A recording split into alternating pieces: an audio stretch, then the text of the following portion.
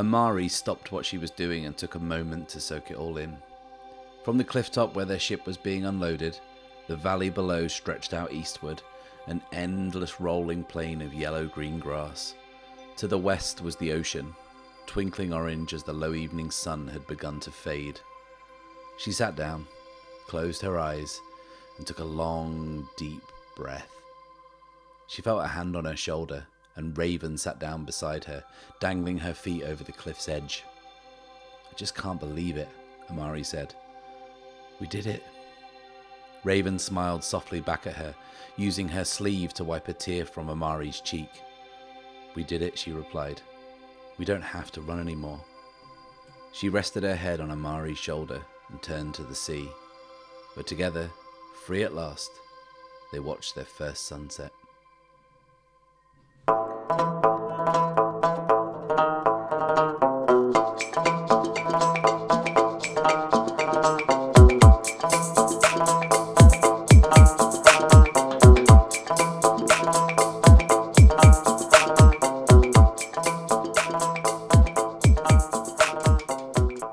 Hello, and welcome to The Bad Spot, an actual play podcast in which I, Matt Risby, and I alone am playing through Ironsworn Starforged. Now, last episode, we ended on somewhat of a cliffhanger, didn't we? As my character, Archer Barlow, who was tasked with retrieving a databank containing a digital archive from the wreck of a crashed missionary ship, came face to face with two rough sorts. He had first mistaken them for simple scavengers, or grubs as we call them, but they drew their guns on him as he accidentally made his presence known by falling through a panel in the floor. So that's where we are. Should we just jump straight in? Why not? Let's do it. But first we'll begin with a move that we didn't finish last week. But, I was trying to ratchet up the drama, so I left the rules out for a second and let us have the cliffhanger to enjoy. So we tried to creep across the room and get to the databank before these other two, well, they're not grubs, but you know who I mean. And we had the aforementioned mishap on the floor. We rolled a miss, which put us in this position. And we need to pay the price, which is a fate move that you make when you score a miss on most moves. So to pay the price, you pick one of the following. You apply the most obvious negative outcome to the situation, you ask the oracle, or you roll on the pay the price table. Now, in most cases, the most appropriate negative outcome is obvious. And I think here that falling through a floor like an idiot is going to basically just stop us dead in our tracks. It had been going pretty well to that point, so I think that the most obvious negative outcome is to lose momentum. So we're not delayed, but we are definitely disadvantaged. And I'd say this was serious and frankly embarrassing as setbacks go. So let's knock our momentum down from 7 to 5. Okay, so let's pick up where we left off. Archer was nearing the center of the ship's bridge. And it's a large circular room with desks and consoles in the middle that faced out through large windows straight ahead that looked across the ship's bow. Around the perimeter of the room, there were more consoles, like kind of raised up a level, maybe a meter or so above where Archer finds himself now. Now there's a grub, and they're not grubs, are they? So what should we call them? The way this is going, I think we can just call them assailants. The assailants, they were certainly about to assail him, I guess, at the end of last episode. So there's an assailant to Archer's left, about 10 meters away, and another the same distance away to his right. They're still in front of him, so he's not flanked, and the consoles ahead are maybe a few meters away if Archer wanted to get into cover. The databank we had identified was in some racking under the window, so maybe a good 20 meters straight across the room to reach that. So here I am, pretty much coming up to the center of the room, assailants to the left of me, assailants to the right of me, databank straight ahead, in a troublesome position. Before we move on, I think it's important to establish which leg went through the floor. Now, this is important because we established in character creation that Archer wears his pistol low down on his thigh. Now, am I starting to rue that decision that was essentially just a fashion choice? Possibly. I'll say why. I think this is pertinent to the narrative that if the leg with the gun on it went through the floor, then I just won't be able to reach it. I can't just outdraw them if my gun is hard to reach. So sometimes you can just ask the oracle a simple yes or no question, and there's a table where you roll and apply the odds of a certain thing happening, and it will tell you if it happens or not. So I'd say the odds of the leg with my gun on it being through the floor are 50-50, as I've got 2 legs. So let's ask the Oracle, did the leg with my gun on it go through the floor? 68 is yes. Okay, this is okay, this is fine. Let's not worry about this just yet. Let's first describe these assailants in a bit more detail. So the one to Archer's right, what do they look like? Now, we established from a distance they're in heavy gear and they looked imposing. But shall we see what more detail we can fill in now we're getting a better look? So I'm going to ask the character first look Oracle and see what we get. Okay, 8 is adorned. Adorned. Okay. So, yeah. Maybe their kind of heavy environmental gear is personalized in some way. Maybe like the metallic buttons stand out. They look a bit more kind of decorative than functional, maybe. Yeah, okay. And their mask is actually decorated with little metal inlets, like gilded, maybe. Yeah, okay. Their mask and their gun is maybe more stylized than would be common. They're pointing their gun at me and I can kind of get a good look at it. It's noticeably different from your standard kind of sidearm. Maybe there's like a yellow gold accent running through it. And it's a very clean weapon. You clearly care about it. Okay, so the one to my right is kind of adorned, a bit more flashy. What about the other one? So the one to my left, let's roll. 28 is distracted. Okay, so they seem anxious, can't keep still. The one to my right with the flashy pistol, the yellow gold gun, they may as well be a statue. They're so calm, they're in control, but the one to my left can't keep still. Maybe keeps looking down the corridor where I came from. Maybe nervous I'm not alone, possibly, maybe. And this all begs the question, why didn't they just shoot me? Why didn't they just shoot me when they heard me clanking through the floor? They drew their guns, why didn't they just light me up? And they're not grubs, and there's no code for them to follow, so why did they hesitate? I mean, obviously they hesitated for dramatic effect at the end of the last episode, but let's work that into the narrative. So, like, they weren't expecting me, that much is obvious, but maybe they didn't shoot because I could have been someone else? Like, were they expecting someone else? Okay, yeah. Yeah, okay. So maybe the calm one, the one to my right, they like maybe say something to me, like a word, just like a password or something, like an identifier, maybe. What is it? What could it be? Should we ask the Oracle? I want a proper noun here. I don't want just a word that describes something. Let's just roll on the settlements, Oracle, and see what will come up. And this won't be a settlement. I just want a proper noun. So 40 gives us Koshiba. Yeah, so the one to my right, who kind of stood silently still, aiming their yellow gold gun straight at me. And it's muffled because it's coming like through the respirator, but they say Koshiba. And I have absolutely no fucking idea what that means. So with Archer's hesitation, they both raise their guns to fire. And we're going to enter the fray, which is the move you make at the start of combat to establish who is in control of the fight. Now, in Ironsworn and Ironsworn Starforged, there's no initiative or turns in combat. You just have control. And who is in control ebbs and flows with the narrative and the results of each move. So the first thing we're going to do is give this fight an objective and a rank. Let's just keep this simple and give the assailants themselves a rank. I think if they held the databank or something, then that would become an objective in this. But we'll just keep it to these two for now for simplicity's sake. So I'm going to put this down as defeat the assailants. Now, for the rank, I think that had these two been grubs, this would have been dangerous. But these aren't grubs, and I'm outnumbered and outgunned, and I have my leg stuck in a hole. So I'm going to make this formidable. So, much more difficult. So how are we entering the fray here? I'm definitely caught in a trap, so I'll be rolling plus wits. So I'm going to have to outwit these guys to death. And this is going to be fine. It's fine. Okay. So what's the plan? I can't get my gun, and they're about to shoot me. I'm stuck in a hole, so I am going to have to try and figure out a new plan. I'm going to have to reformulate my plan of attack and try something new. So I am going to roll plus wits. Okay, strong hit. So I am in control. First of all, that's a good thing in a fight, and I take +2 momentum, bumps me back up to 7. So what can my new plan be when I'm essentially at their mercy? I think the only thing I can do is drop down through the hole in the floor that I'm already half stuck in and get out of sight and reconfigure what I'm going to do.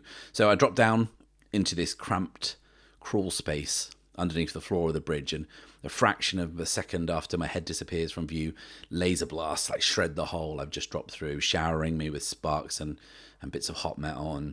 But I'm safer now. And what am I going to do? So, should we say the crawl space is like a mirror of the floor plan of the bridge, right? So I kind of can see the layout of the bridge, but I'm kind of on my hands and knees. So maybe if I could just kind of maneuver around under here and get to a place where they aren't, I can maybe find an access hatch to pop out of, and then I can maybe get the drop on them, possibly. But I'll move towards like where the data bank is, so straight ahead, and kind of try and put myself between them and the data bank, because that's ultimately what I'm here to get after I can kind of get past these two assailants. And I think there's footsteps from above and muffled shouting, and they're not just going to ignore me because I've disappeared from view. So, okay, I'm in control. So I'm going to make the gain ground move because I'm trying to reinforce my position and move towards an objective. So I'm doing this I think I'm going to do this quickly. So I'm kind of scuttling along on my hands and knees. So it'll be plus edge. So let's roll it. Well, that's a painful miss. So yeah, let's say I'm just kind of scampering along as quick as I can, but then a panel above me just gets ripped up. I'm just right there, and there stood kind of exactly above me is the assailant who couldn't keep still, the twitchy one, the kind of the nervous one, and they're kind of as shocked to see me as I am them, and they kind of scream something indecipherable and then just kind of point their pistol down and squeeze off some wild shots, almost kind of recoiling back. So yeah, the result of this miss is that my foe gains the upper hand. And it says, fight moves to a new location. I'm in a bad spot. And I must pay the price. So I think, again, the most obvious negative outcome is that even though they were panicked as they were firing at me, I think they tagged me just like a minor graze to my arm, let's say. So I'll take a hit to my health and bump that down to 4. And yeah, how can the fight move to a new location? I don't want to compound this peril. I don't want to add a new peril. So should we move it to a new location? But how? Okay, let's apply the Chekhov's gun principle here. And do you remember the unstable chemical tanks that I found back in the research lab? The ones that were imminently unstable? Well, let's say they pop, finally. Let's say they blow up. And whilst we're too far away to be affected by the blast, I think the whole side of the ship is blown out. And whilst we can't see that, I think the blast is sufficient enough to kind of fold the middle of the ship, which kind of forces the bow into the air, which tips me and the two assailants kind of vertically for a few seconds. And it's enough for me to like slide across the crawl space, and I'm kind of grabbing to try and cling onto something, but I fail, and then I kind of slip into some vents at the bottom and some ducting, and kind of like banging around this kind of like series of ducts and vents. And the next thing I know, I can smell smoke and oil and grease, and my head is ringing, and I kind of blacked out for a second, but it looks like I've been dumped out back into engineering. Remember that big vast room full of machinery and bits and pieces that we were in before the bridge. And yeah, maybe I've fallen from the ducting, which is kind of up high, and landed on top of one of those big units that fill the room. These kind of 3-4 meter high units that fill the room. And I've just had the wind knocked out of me, and I'm just kind of laying there. And as my vision clears, I can see the two assailants appear on the walkway up above, the catwalk up above. And they're aiming their guns at me again, and I'm totally at their mercy. So because I'm in a bad spot, I don't have control. I'm going to have to make the move react under fire, which is the action you take to avoid danger in a fight. So I think I'm just going to try and roll out of the way of the gunfire and maybe get down to some cover. So it's plus edge again, which is for dodging and taking cover. So I'm just going to try and roll off the top of this unit and get out of sight. That's another miss. That's great, isn't it? Okay, I don't want to just keep getting shot. I mean, no one does. But I think what I'm going to say is I am going to say that I did manage to roll off the top of the unit. But where I've landed, I'm pretty much just trapped behind another piece of machinery with no obvious way out. And I'm completely pinned down. So that the shots keep ringing in above me and kind of clattering into the machinery. And whilst they can't actually get me, I can't get out of where I am quickly or easily. So I'll pay the price once again, and I think that being stuck here is the most obvious negative outcome, is to lose momentum again, and I'll lose 2 momentum. I think it's serious. So there I am, kind of stuck down here between these bits of machinery. So I think they've kind of come down now on the ground floor and are moving in on my position. They're firing all the time. The air is hot with laser fire, and I'm kind of pinned between these units and my only cover, which is this other bit of machinery. Let's say it's I don't know, like a generator maybe, like a wheeled generator, but it's kind of big enough that I can't move it, and I'm stuck here. So I need to reassert control here, but I'm completely pinned down. So I'm going to make the move, which is called Clash, which is when you fight back when you're not in control. You can gain the upper hand by doing this, but it can also get a lot worse. So how am I doing that whilst I'm stuck here? I think I'm just going to kind of wave my gun above the generator and blind fire in their direction. Why not? Let's see what could go wrong. I'm kind of in a bind here. So, okay, weak hit. On a weak hit, we can mark progress. So if I've marked progress, maybe I've tagged one of them. Yeah, I think maybe the gunfire stops briefly, so I assume I've done some damage.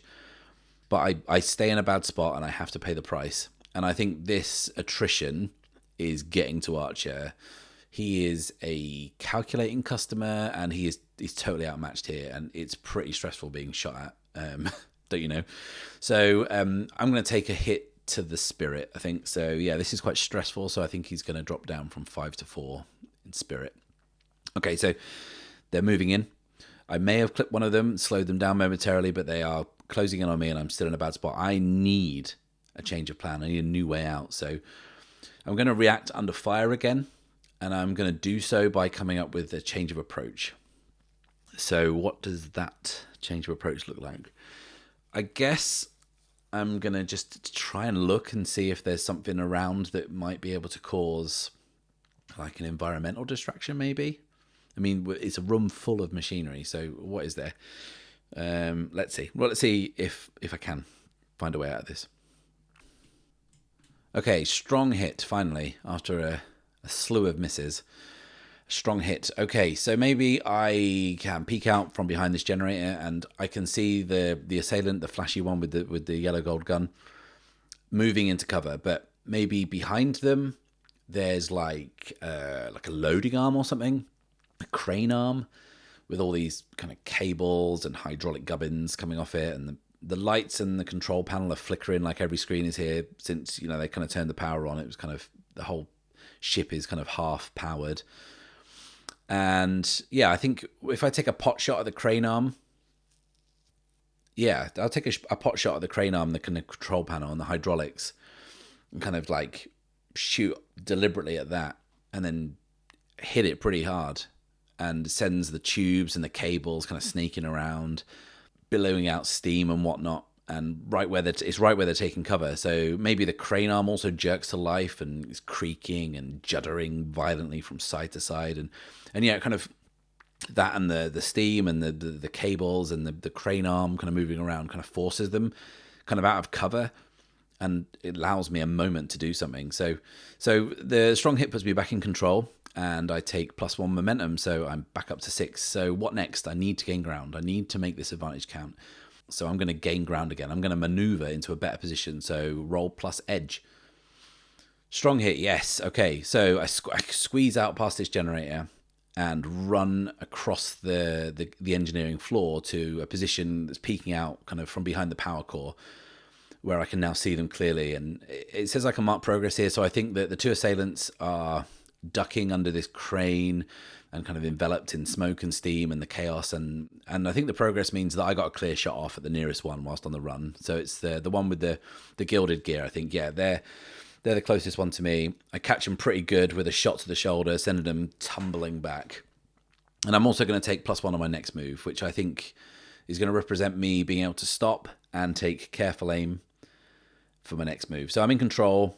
I'm just going to strike next using edge as I'm attacking from a distance, and I get +1 because I'm aiming, lining up the one I just hit, like again, to try and take them out of the fight for good. Strong hit, yes. Okay, that's 2 progress for a strong hit. So I think the second shot into the chest has dropped them. They didn't even kind of see it coming, the second shot, and they slumped down against the panel of a machine and go still. I'm still in control, so I'm just going to try and take the other one out right now. So striking from a distance again, trying to pick a clean shot in amongst the steam, and which is starting to kind of dissipate, and the crane arm is kind of still going berserk. Okay, strong hit with a match. Oh, wow, okay. So another strong hit pulling me back from what was a pretty desperate situation a few moments ago. So yeah, another strong hit is 2 progress. So that's 6 in total. And I think that means that the tide has really turned in this fight. I think I got a good clean hit on the second assailant, who was the twitchy, nervous one. And they go kind of staggering back. And I think the match says that they've dropped their gun. I kind of just caught them right in the ribs, and they kind of dropped their gun and staggered back. And the other one still hasn't moved. The nervous one is struggling. They're kind of half stood, half kind of leaning against a piece of machinery, trying to get back to their feet as I move closer. I'm kind of moving in now. My pistol trained on them. I don't want to kill them. I really don't want to kill them. So I'm going to have to make the gain ground move. But what I'm going to try and do is I'm going to use iron to gain leverage by threatening them. So I'm going to try and get them to surrender, maybe get some information out of them. Like I said, they're kind of half standing, holding their ribs, and I'm moving in, and their gun is on the floor between us. And I've got it leveled at them, and Barlow is like, "Don't do it." And they're looking down at the gun, looking up at me, and trying to figure out if they can get there. So I'm going to roll plus iron. Okay, weak hit. I think they went for the gun, didn't they? I think they went for the gun. So I pulled the trigger. And they're down. They don't make it. They don't make it to the gun. So I can mark progress, so I think that represents me hitting them once again. And I get to stay in control. So I'm going to try and end this fight now by making a progress move called Take Decisive Action. Now, this is our first progress move. When you make a progress move, you don't roll action dice, and I don't add a stat to it. All you do is you roll the challenge dice, and you compare it against your current progress on a particular track. So as you can see here, I've made 7 progress in this fight. So that's my action value that I would normally... That would normally be a roll and a stat, so I'm going to roll against this now. So, okay, weak hit. Weak hit says, so I achieve my objective, but not without cost. So, they see me moving in. They are on their front, and even as I approached, where they were still kind of slowly trying to go for the gun, still trying to fight. But this fight is over, and they aren't going to make it. So I kneel down beside them, and I'm like, maybe I'm going for my satchel, because, yeah, maybe I can stabilize them maybe, or give them kind of something for the pain. And as I'm digging around in my satchel, I pull out some kind of like spray foam space medicine thing. Maybe it's got like a sedative in it or something. I can make them more comfortable. So I take it out and kind of I'm about to apply it to the wound, which is, I mean, it's bad, but they're just waving my hand away kind of weakly, kind of like pushing it away. And they kind of reach up and take their mask off, and it's just a kid. It's just a kid, a teenage boy, a kind of pale-skinned teenage boy with like no years on him. He's just a pup. I keep pushing away the spray, and I take my mask respirator off. And I look at them. I can't leave him. So I just kind of sit with him, and I hold his hand for a few minutes until his grip loosens and he's gone. Another pointless death in an unforgiving galaxy. So what was the cost that I had to pay with that weak hit? What beyond the human cost of this bleak scene? Well, I guess maybe it can relate to who these two are. Who are they? Let's figure that out. So, what did we say in Session 0 about the founder clans? And we said that these kind of founder clans held control of parts of the galaxy, contesting it endlessly, warring with each other. Maybe are these two from one of those clans? Maybe. Yeah, maybe as I let go of his hand, it kind of falls to the floor. I noticed something metallic around his neck, kind of in his shirt, and I reached down and kind of delicately kind of take it in my fingers, and it's like a black iron chain, let's say. And as I slowly pull it out, it has a pendant hanging at the end, like a little totem maybe hanging there. It's also black iron. I think yeah, that's the clan symbol. And yeah, these two are Bannersworn. Okay, in original OG Ironsworn, you could be Bannersworn, which meant you kind of pledged fealty or loyalty to a particular clan or like warlord or whatever, and you became Bannersworn. So yeah, what if these two are Bannersworn to a particular founder clan? So they're like made men. This is like a mafia thing, and I've just killed them both. That can't be good. If they're Bannersworn, kind of soldiers, as it were, what the hell were they doing here? Doing kind of grub work?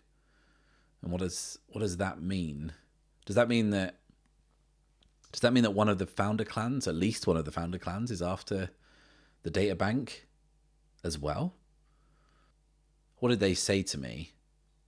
Koshiba. What does that even mean? Is that clan code word? Is that name of a clan? Is that a person? I don't know. Well, someone sent them down here, and they ain't coming back. So it looks like our boy Archer Barlow is in hot water, and that can't be good. So, right, some bookkeeping now. The fight is concluded, and Archer is okay, beyond the fact that he's just killed two people, and he never wants to kill anyone, but they really gave him no choice. The minute they kind of pursued him into engineering, it was only going to end one way. I think this counts as overcoming a notable foe, so in terms of making progress, that's another progress on my vow to recover the databank and return it to the conduit. And I think that Archer then makes his way slowly, sadly, back up to the bridge, which is kind of now a climb as the ship has shifted since the explosion. There's been a few kind of aftershocks that have rattled the ship occasionally, but nothing as big as that first explosion. And he crosses the bridge, and he makes it over to the data bank and slides it out of its racking.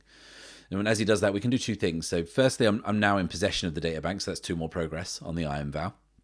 And secondly, we can make progress on our exploration of the creation and roll against that. So when we finish an expedition, because we've explored pretty much the whole ship in search of our objective now, we're going to make another progress move. Now we have 10 progress on this, so we should be able to get a hit of some kind, provided I don't roll double 10s, which is tempting fate. I know, given how unforgiving this game is. So, okay, strong hit. So my survey is complete, and I can mark progress on my Discoveries Legacy track. Now, we haven't mentioned Legacy tracks yet, but they are 3 tracks on our character sheet that kind of track our overall experience, and we fill them in slowly, 1 tick at a time, but it's how we level up. We have 3 tracks. We have 1 for quests, 1 for bonds, and 1 for discoveries. When we fill in a box, we get XP to spend, and whilst we can't improve our stats, we can improve our assets, or we can even buy new assets, or we can upgrade our ship with like new modules, provided it makes narrative sense. So a strong hit here means I can mark progress on my Discoveries track equal to the rank of the expedition. So it was dangerous, and that's 2 ticks. But also, I have the Explorer asset, which allows us to mark 1 additional progress, so 3 in total. So, Barlow is tired. This fight was exhausting.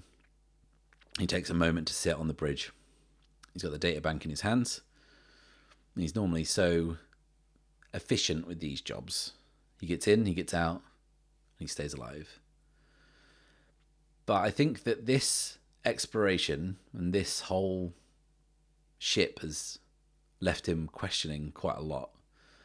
I mean, not just the fact that there was 2 Bannersworn here before him that he's just fought and killed, but what's the story of the creation? There's so many weird things at play here. I think that he's such a curious sort that as he's kind of sitting there recovering, that he's going to try and figure out what happened. And I think the electrics are still on, so possibly he can boot up the ship's log or something.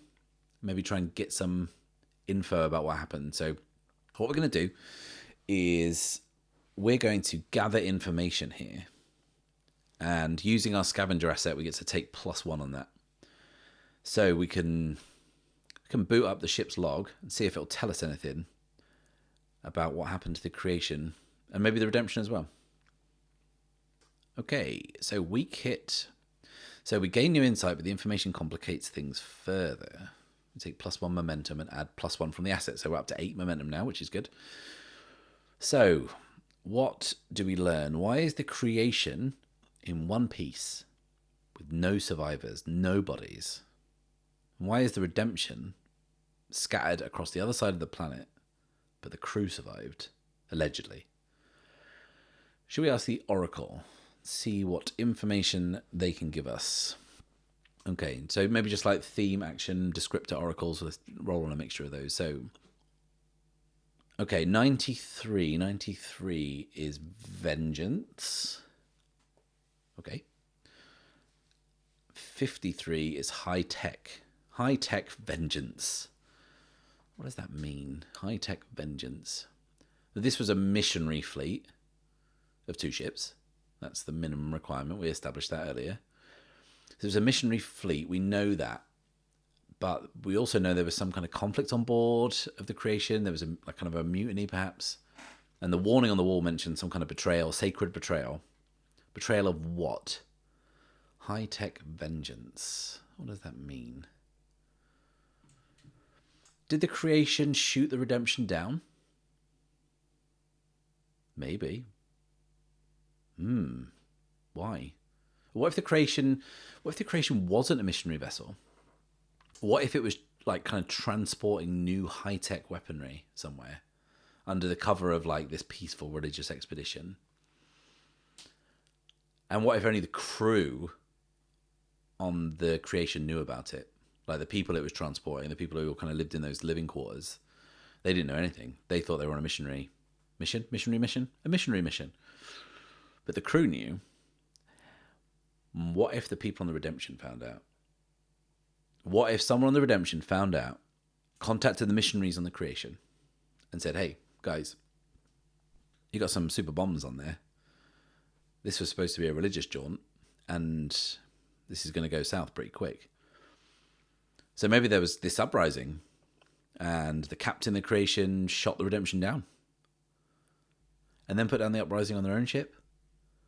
But no, hang on, the power core was sabotaged. We established that last time. Oh, okay, maybe the captain and the crew did that.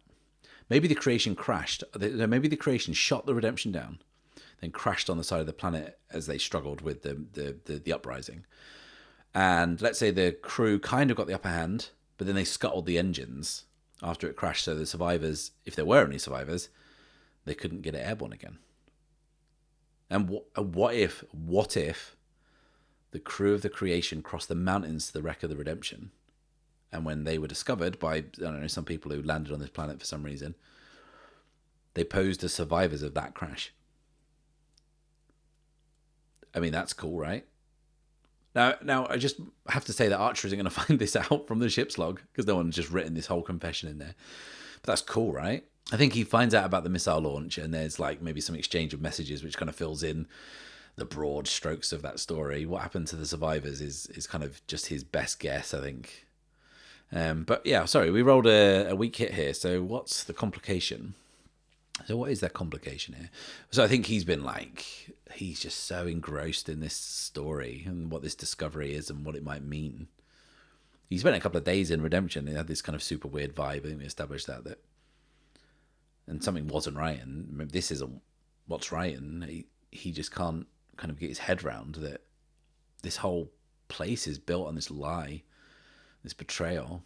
But he's so engrossed in that he just hasn't noticed this small red blinking light off to his left, and he kind of presses it to silence it, to shut it up, and then the lights go out, and the screen continues to blink a message, and he kind of breaks away from the ship's log and looks closer at what it says. And it says, research facility containment, critical failure, engine meltdown imminent. So he took the time to discover what happened to the creation. And now it looks like the creation's going to explode. Thank you once again for listening and bearing with me as we see what happens to Archer Barlow. I didn't expect to still be on the ship at the end of this episode, but yeah, we might get blown to smithereens next time. A big thank you to everyone who has subscribed so far and left lovely comments and given feedback, and just generally been very supportive of this week-old channel. And if you haven't already subscribed and liked this video, please do. And press that little bell icon so you can get notified of when new episodes go up. I think we're going to try and get these up weekly, every Thursday, he says, confidently. Huge congratulations to Shawn Tomkin and the Starforged team, as the Kickstarter has, by the time I have done the visuals for this, now ended. They smashed their goal by this much, which is pretty exciting. There was loads of cool stretch goals. I can't think of a more deserving creator than Shawn and the team. This is such a cool game. I love playing it, and I can't wait to get my hands on the print edition this time next year, and also the expansions that have been announced as stretch goals. I'm super excited about the Sundered Isles expansion, which is pirate-themed Starforged, which is going to be great, because I think that's a super appropriate setting for this set of mechanics. I think that'll be really fun to kind of bomb around in a ship and stab giant squids and stuff, all that business. Great times. Once again, I do hope you enjoyed the piece of flash fiction that opened this episode. I've coined the term Tales from the Drift for these. They are little kind of 100-word stories that are generated by me rolling on the oracles for inspiration. And I really like doing them. They're a great creative exercise just to take a few prompts and kind of see what you can come up with. So, until next time, farewell and safe passage.